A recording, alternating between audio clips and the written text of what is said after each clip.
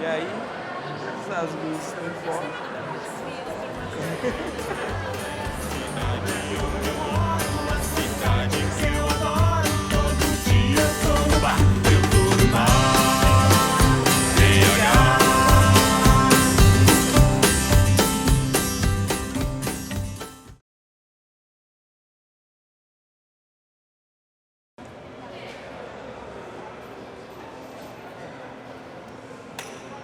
E pensa, gente, é tão clichê falar isso, né? Falar, não, eu estava doente, aí eu achei um caminho na poesia. Mas é a verdade, não tem como eu mentir, não tem como eu mentir. Realmente, eu entendo que a poesia ela não pode se prestar a nenhuma função.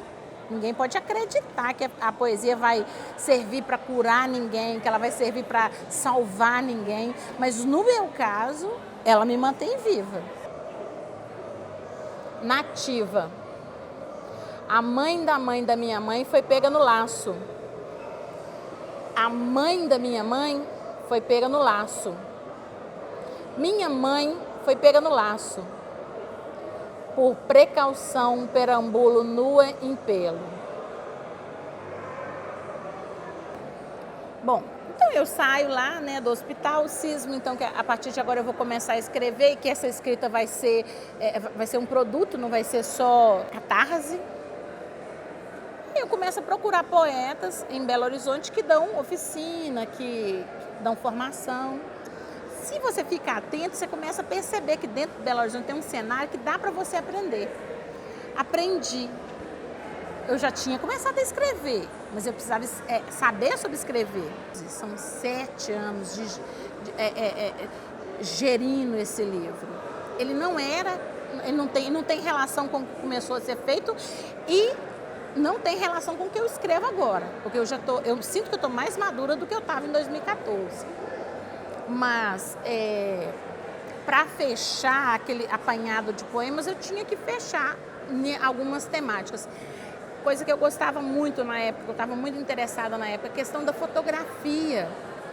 Né? Eu estava de cara com essa coisa da fotografia, eu ficava chateadíssima, porque até então eu tinha acreditado que a fotografia era um registro da memória e que ela servia, era a verdade. Aí depois eu descobri que não tem nada a ver com a verdade. A fotografia, ela está no passado e por mais que eu queira, não há resgate. Então, o livro ele é atravessado por essa dimensão da fotográfica, pela memória, pela questão da mulher, por essa costura sensível, né? Essa costura sentimental, psicológica que eu estava executando. E também e aí borda, enquanto bordado, né?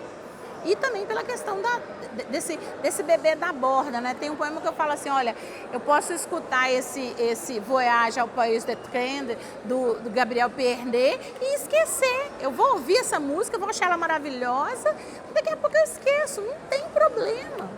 É isso que é bebê da borda, isso que é ficar à borda das coisas. Eu não sou nada, eu sou de fronteira. Sou de fronteira literalmente.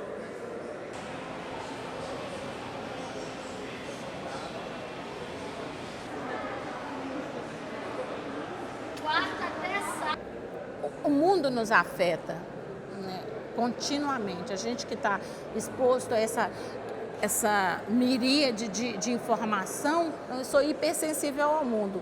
O mundo começa a me incomodar. A partir daí eu escrevo. Aconteceu isso recentemente. A minha filha estava...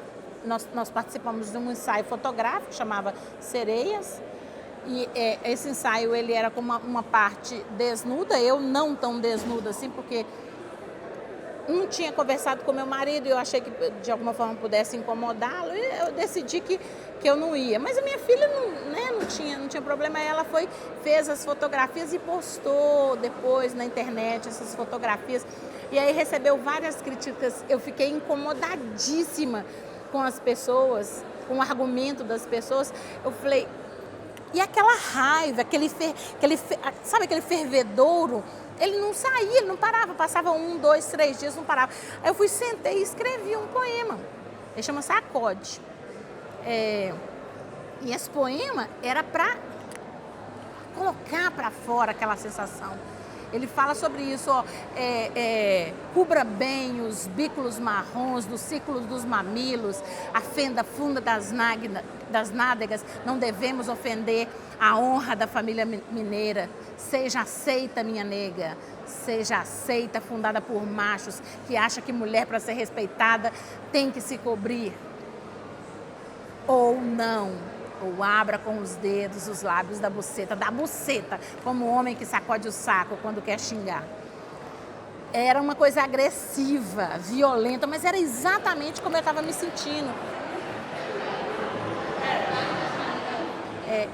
Falando sobre meninas, sobre mulheres, porque a gente está imerso nesse momento, nessa situação das meninas.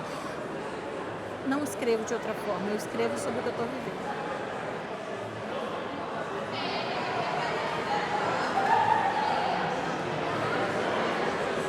Eu apoio completamente as escritoras radicais, né? Aquelas que estão se colocando de maneira radical dentro do movimento.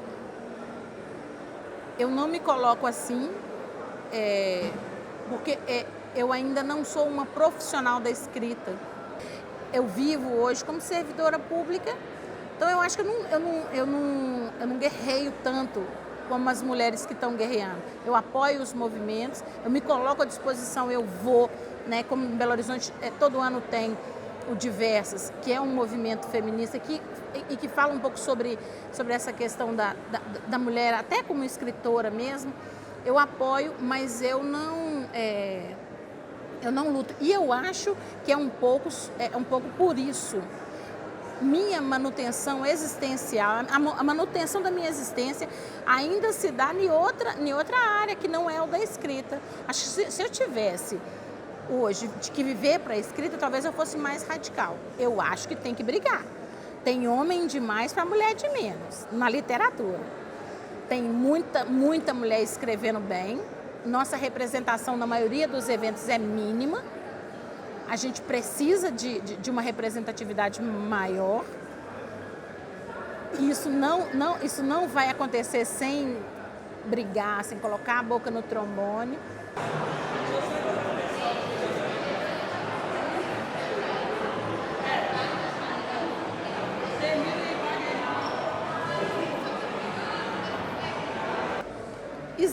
Existem as ficções que são as ficções particulares, né? Na apresentação do Comigo Ninguém Sai, de Mim Ninguém Sai com Fome, eu falei sobre isso, falei, gente, isso aqui é uma mitologia de mim.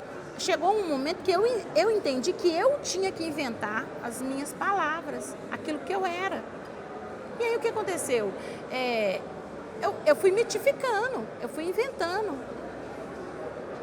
E é assim, inventa uma história, acredita nela todo dia, vive ela todo dia, e é isso que vai ser. E é isso que foi, eu inventei, né? Eu inventei essa mulher maternal, né? Porque é isso que eu sou.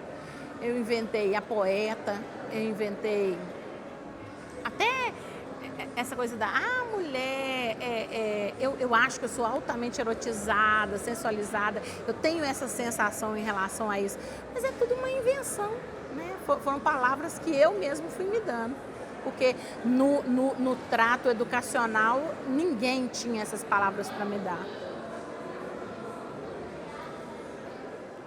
Se eu fosse escrever um livro hoje, ele seria esse, seria o De Mim Ninguém Sai com Fome. Porque a intenção que eu tenho com a palavra é matar essas fomes, né? Essas fomes de amor, de compreensão, né? Nossa, eu tô muito doido e tal. Não, é normal ficar doido. Nossa, eu tô sofrendo muito como mulher. Olha, vamos juntas. É o que eu faço. Se eu vivo situações de conflito, eu pego uma mulherada e levo para casa. Eu levo mesmo, né? É isso, é de não deixar ninguém sair sem nada de mim. Poeta de rua. Toda rua tem um poeta. Toda rua tem um poeta que fala poesia. Toda rua tem um poeta que fala poesias por horas. Toda rua tem 2 poetas.